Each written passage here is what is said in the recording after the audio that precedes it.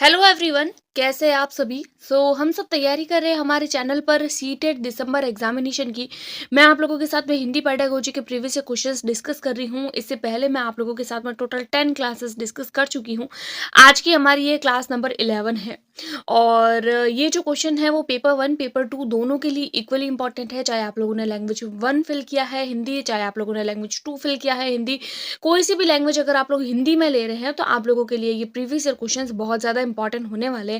Hindi pedagogy के previous year questions और इसकी जो पीडीएफ है उसको प्राप्त करने के लिए आप मेरे टेलीग्राम ग्रुप को ज्वाइन कर सकते हैं।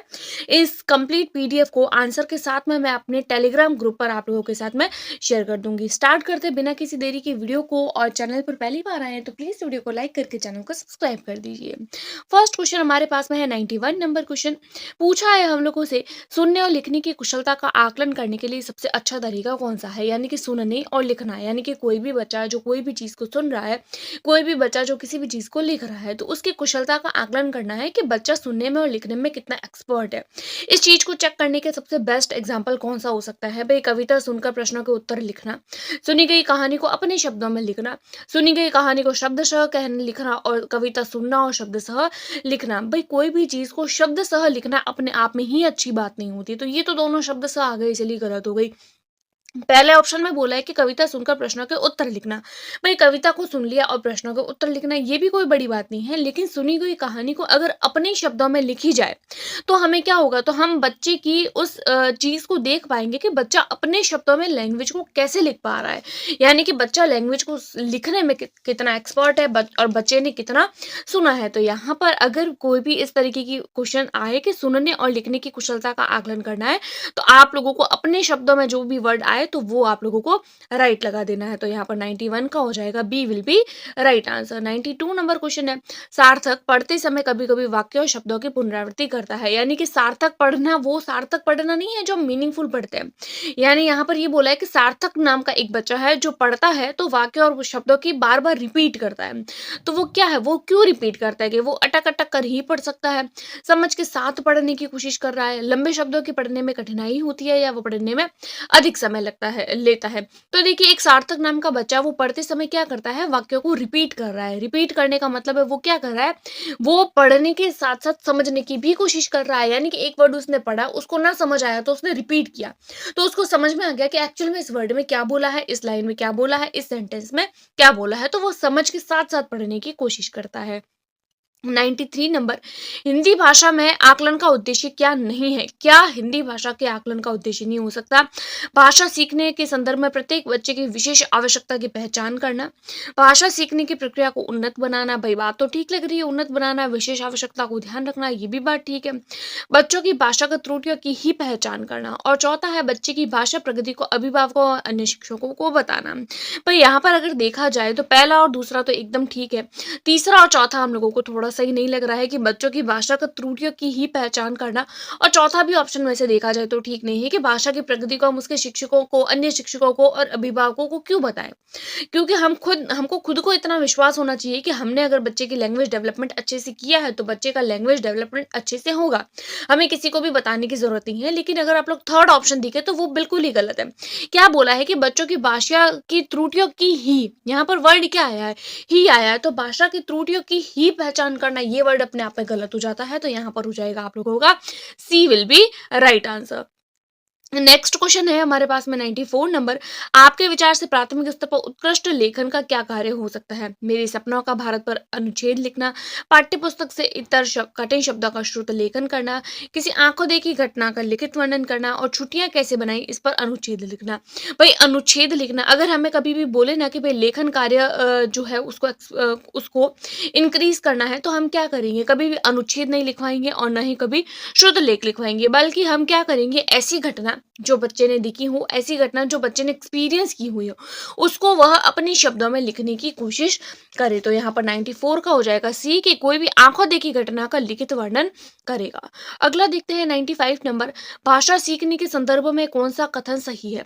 बच्चों में भाषा अर्जित करने की क्षमता जन्मजात नहीं होती है। भाई ये बात तो गलत हो गई, क्योंकि हमको पता है कि भाषा अर्जित करने की क्षमता क्या होती है, जन्मजात होती है, और ये बात नॉर्म चॉम्स्की ने बोली है।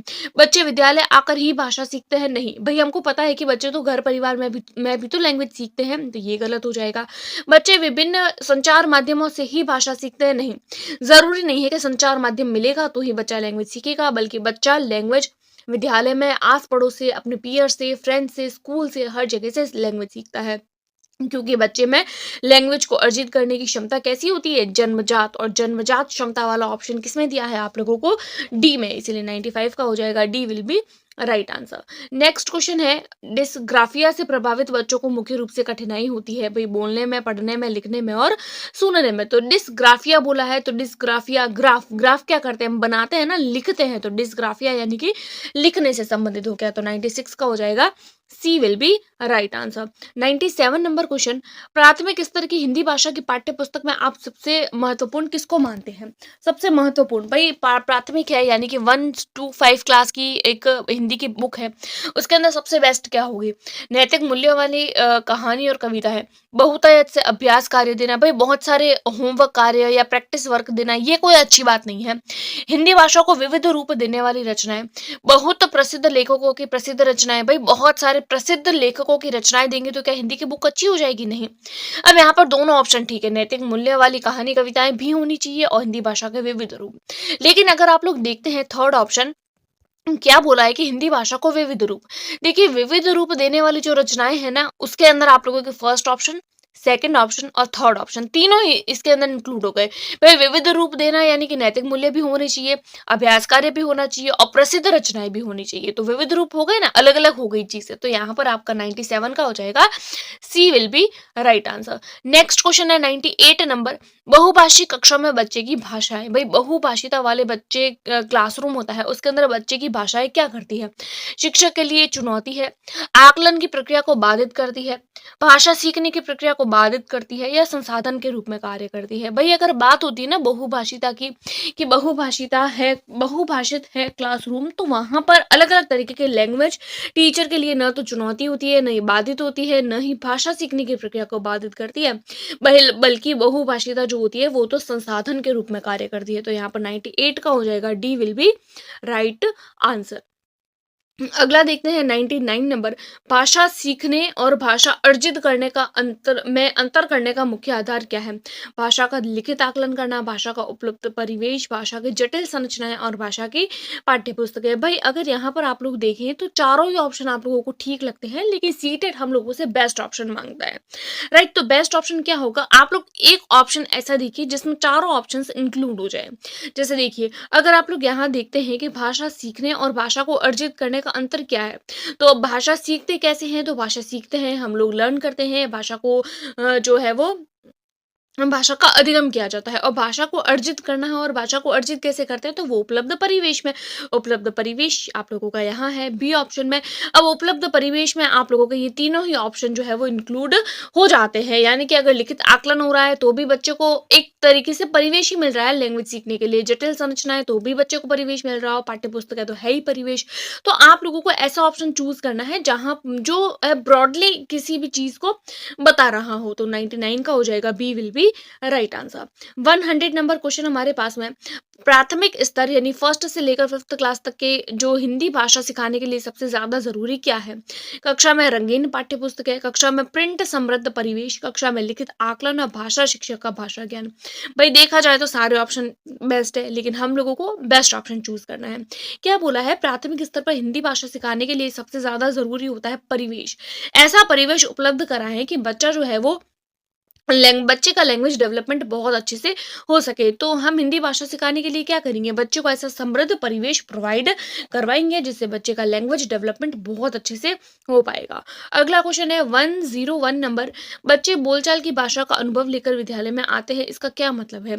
यानी कि बच्चे जो है वो अपने घर की भाषा, मातृभाषा, अपनी जो कोलोकियल लैंग्वेज है, अपने आस पड़ोस की लैंग्वेज है, उसको लेकर विद्यालय में आ रहे हैं। इसका मतलब क्या है?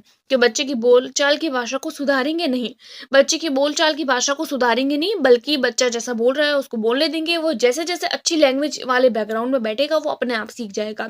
क्योंकि हम लोगों को नॉर्म चॉम्स्की महोदय द्वारा बोला गया है कि बच्चे के अंदर LAD यानी कि लैंग्वेज एक्विजिशन डिवाइस होता है, भाषा अर्जन तंत्र होता है, जिसके माध्यम से बच्चा अपने आप लैंग्वेज को एक्वायर कर लेता है। तो अगर कोई भी बच्चा अपने साथ में लैंग्वेज को लेकर आ रहा है, लैंग्वेज सीख कर आ रहा है, तो हम क्या करेंगे? बच्चों की भाषाई अनुभव का उचित प्रयोग करेंगे, अनुभव को कक्षा के बाहर रखेंगे। भई बच्चे की जो भाषाई अनुभव है उसको क्लासरूम के बाहर तो बिल्कुल भी नहीं रखना है, सी नहीं होगा। बच्चों को बोलचाल की भाषा ना सिखाई जाए, भई ये तो बिल्कुल गलत है, क्योंकि हम लोग उसे नेशनल करिकुलम फ्रेमवर्क तो बोलता है, एनसीएफ है, आरटी, ये सब क्या बोलते हैं कि बच्चे को मातृभाषा में ही पढ़ाना है, बल्कि चौथे ऑप्शन में बोल रहे हैं कि बच्चे को मातृभाषा यानी बोलचाल की भाषा पढ़ानी नहीं है, तो ये गलत हो जाएगा। फिर आगे देखते हैं हम क्या करेंगे, बच्चे के भाषा अनुभव लेकर आ रहे हैं, तो हम बच्चे की भाषाई जो अनुभव है उसका उचित उपयोग करेंगे, हम उसका प्रयोग करेंगे, ताकि बच्चा जो है वो लैंग्वेज को और अच्छे तरीके से सीख पाए। अगला क्वेश्चन हम लोग देखेंगे 102 नंबर, भाषा सीखने सिखाने में आप किसे सबसे अधिक महत्वपूर्ण मानते हैं? सामाजिक अंतःक्रिया, श्रव्य दृश्य सामग्री, बाल साहित्य और संज्ञानात्मक विकास। वैसे तो चारों ही ऑप्शन ठीक है, लेकिन बेस्ट ऑप्शन जिसके अंदर तीनों ऑप्शन जो है वो इंक्लूड हो जाए उस चौथे वाले में। तो देखिए, लैंग्वेज सीखने के लिए और सिखाने के लिए सबसे ज्यादा जरूरी होता है समृद्ध वातावरण। समृद्ध वातावरण, जितना अच्छा परिवेश बच्चे को मिलेगा, बच्चा उतना अच्छा लैंग्वेज को सीख पाएगा। और परिवेश कहाँ मिलता है? परिवेश तो समाज में मिलता है। बच्चा जितना समाज में इंटरेक्ट करेगा, बच्चे की लैंग्वेज उसी के अंदर जो है वो शामिल हो जाएगी, और बच्चा लैंग्वेज डेवलपमेंट को बहुत अच्छे से कर पाएगा, और बच्चे की लैंग्वेज उतनी ज्यादा बूस्टअप होगी। अब देखिए, श्रव्य दृश्य सामग्री सामाजिक अंतक्रिया का भाग है, बाल साहित्य समाज का भाग है, और संज्ञानात्मक विकास भी बाल साहित्य का भाग है। तो यहाँ पर हमारा हो जाएगा 102 का A will be right answer. 103 number, Hindi भाषा शिक्षक का यह प्रयास होना चाहिए कि वे, यानी कि हिंदी भाषा के एक टीचर है, उनका क्या प्रयास होना चाहिए? बच्चे की मातृभाषा के स्थान पर हिंदी भाषा को ही कक्षा में स्थान दे। भाई हम लोगों को तो मातृभाषा पढ़ाने के लिए बोलते हैं, तो हम ये ही वाला ऑप्शन हटा देंगे। बच्चों द्वारा मानक भाषा का ही प्रयोग करने के अवसर दे। भाई अवसर देना अच्छी बात है, लेकिन केवल मानक भाषा का ही अवसर देना तो ये तो गलत हो जाएगा।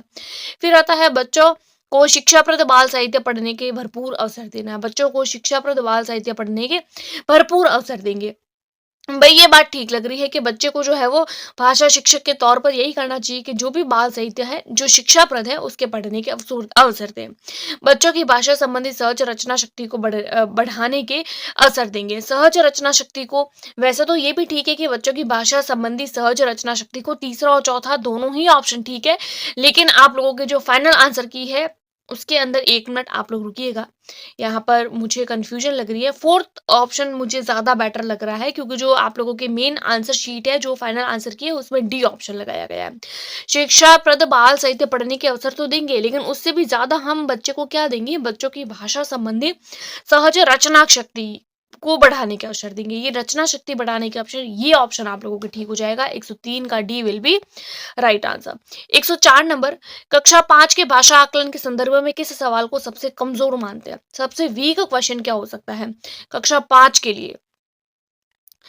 यदि इला तुम्हारे स्कूल में आए तो किन किन कामों से परेशानी होगी? आप अपने दोस्तों से पूछकर पता करिए कि कौन किस बात से घबराता है। ईदगाह कहानी में हामिद ने मेले से क्या खरीदा? और चौथा है, केशव सबसे क्या कहता है? कल्पना करके केशव के शब्दों में लिखिए। देखिए, अगर यहाँ पर क्या पूछा है हम लोगों से कि कमजोर, सबसे कमजोर यानी कि नेगेटिव ऑप्शन कौन सा है? यदि इला तुम्हारे स्कूल में आती है तो कौन कौन से कामों से परेशानी होगी? कौन कौन से कामों से परेशानी होगी, तो ये आप अपने दिमाग में सोचेंगे और उसके बेसिस पर आप आंसर बताएंगे, तो ये तो अच्छी बात हो गई। अपने दोस्तों से पूछकर बताने कि कौन किस किस से बात से घबराता है, तो इससे बच्चा क्या होगा? पहले तो पूछेगा, फिर सुनेगा, फिर बताएगा कि किस बात से घबराते हैं, तो ये भी बात ठीक हो गई। भाई बच्चे की लैंग्वेज होगी ना और अच्छी। फिर आता है, केशव सबसे क्या कहता है? कल्पना भी करनी है और केशव के शब्दों में बताना है, तो इससे भी लैंग्वेज का पता चल जाएगा। लेकिन ईदगाह कहानी में हामिद ने मेले से क्या खरीदा? मान लीजिए उसने जो भी खरीदा हो, हालांकि उसने चिमटा खरीदा था, तो हम लोगों को पता है कि जैसे ही वो चिमटा खरीदेगा, हमारा यहाँ पर राइट आंसर हो जाएगा सी, क्योंकि चिमटा खरीदा है तो उसको तो क्लियर है कि हम डायरेक्ट उसका आंसर बता देंगे। तो इसमें लैंग्वेज डेवलपमेंट की बात नहीं हो रही है, लेकिन बाकी तीनों में लैंग्वेज को डेवलप करने की बात हो रही है। अगला देखते हैं, भाषा का सबसे महत्वपूर्ण, अति महत्वपूर्ण प्रकार क्या है? अक्षर ज्ञान, संप्रेषण, लेखन और सुनना। देखिए, भाषा के बारे में हम लोगों ने इतनी सारी क्लासेस डिस्कस की है, तो ये आप लोगों का होमवर्क क्वेश्चन है जो आप लोग मुझे कॉमेंट में बताएंगे। आज की वीडियो पसंद आई होगी, अगर पसंद आई है तो सब्सक्राइब जरूर करें हमारे चैनल को।